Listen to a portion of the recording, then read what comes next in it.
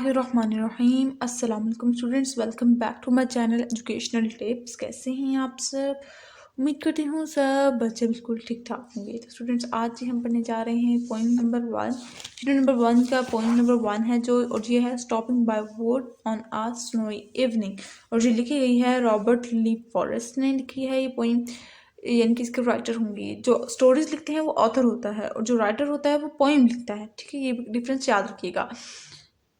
तो पोइम का नाम है stopping by wood on a snow evening. Stopping by would यानी कि जंगल में रुकना, ऑन अ स्नो इवनिंग यानी कि एक बर्फानी शाम में रुकना। यानी कि इसमें जो पोइट है हमारा, वो कह रहा है कि वो कुछ ऐसा उस मंजर के बारे में बता रहा है जिसमें वो कभी रुका होगा जंगलात में, और स्नो इवनिंग होगी यानी कि बर्फानी शाम में वो जंगलात में रुका होगा।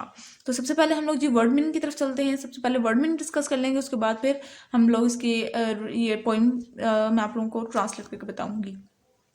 डार्केस्ट इवनिंग यानी कि जिस तरह से सर्दियों की इवनिंग्स होती हैं, winter evening are much darker than summer evening in places closer to the north pole.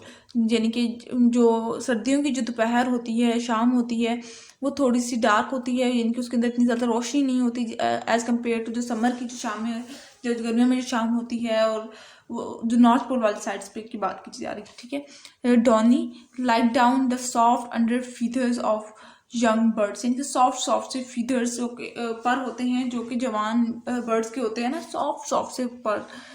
Flake small piece of snow flakes यानी कि छोटे छोटे बर्फ के पीसेस, छोटे छोटे टुकड़े।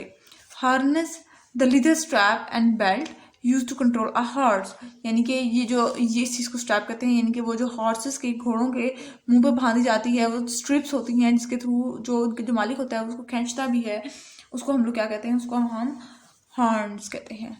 ठीक है, तो चलिए अब रीडिंग की तरफ चलते हैं।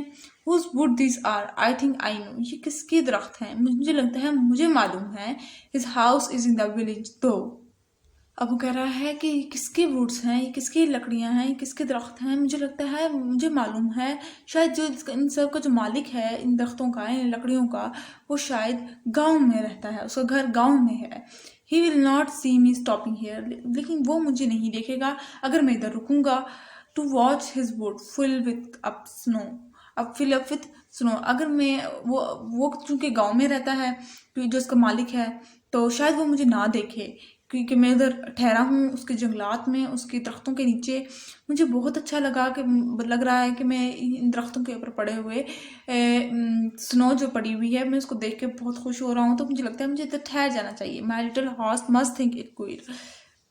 वो कह रहा है शायद मेरे घोड़े को पता है कि हम एक अजीब सी जगह पे ठहरे हैं। तो stop without a farm house near, एक ऐसी जगह पर जहाँ पे कोई फार्म हाउस नहीं है दूर दूर तक। Between the wood and frozen lake, हम लकड़ियों के दरमियान और फ्रोजन लेक यानी कि लेक के अंदर बर्फ़ जो बनी हुई होती है उसको हम फ्रोजन लेक कह देते हैं।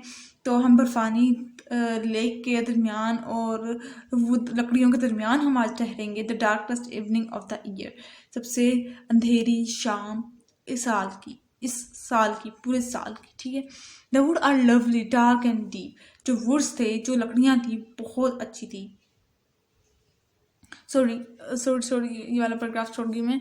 ही gives his harness bell a shake, अब उसने अपने हॉर्न्स को, यानी कि उसके जो ये जो बेल्स लगाई गई हैं उसके, इसको हिलाया उसने, हॉर्स ने, और वो क्या कहा, to ask if there is some mistake, पूछा कि क्या यहाँ पे कोई गलती है जो आप यहाँ पे रुक रहे हैं। The only other sounds the ship, या जो ये साउंड्स, जो आवाज़ें आ रही हैं कैसी हैं, of easy winds and downy flake, ये एक हवा के चलने की आवाज़ है, और जो बर्फ़ गिर रही है, ये स्मूथ स्मूथ सी बर्फ़ स्नोफॉल जो हो रही है, इसकी आवाज़ है।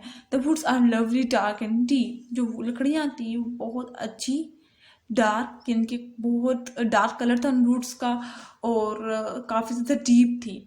But I have promise to keep and miles to go before I sleep, लेकिन मैंने प्रॉमिस किया हुआ है कि मैं रहूँगा यहाँ पर, and miles to go before I sleep, लेकिन मैं चलूँगा माइल्स, काफ़ी दूर तक, इससे पहले कि मैं सो जाऊँ। And miles to go before I sleep, मैं बहुत दूर चलूँगा इससे पहले मैं सो जाऊँ। तो ये है जी इसकी पोइम।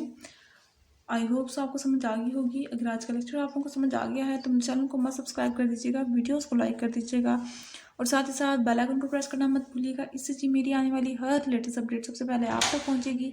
मिलती हूँ किसी और वीडियो में, दुआ में याद रखिएगा। अल्लाह हाफिज़।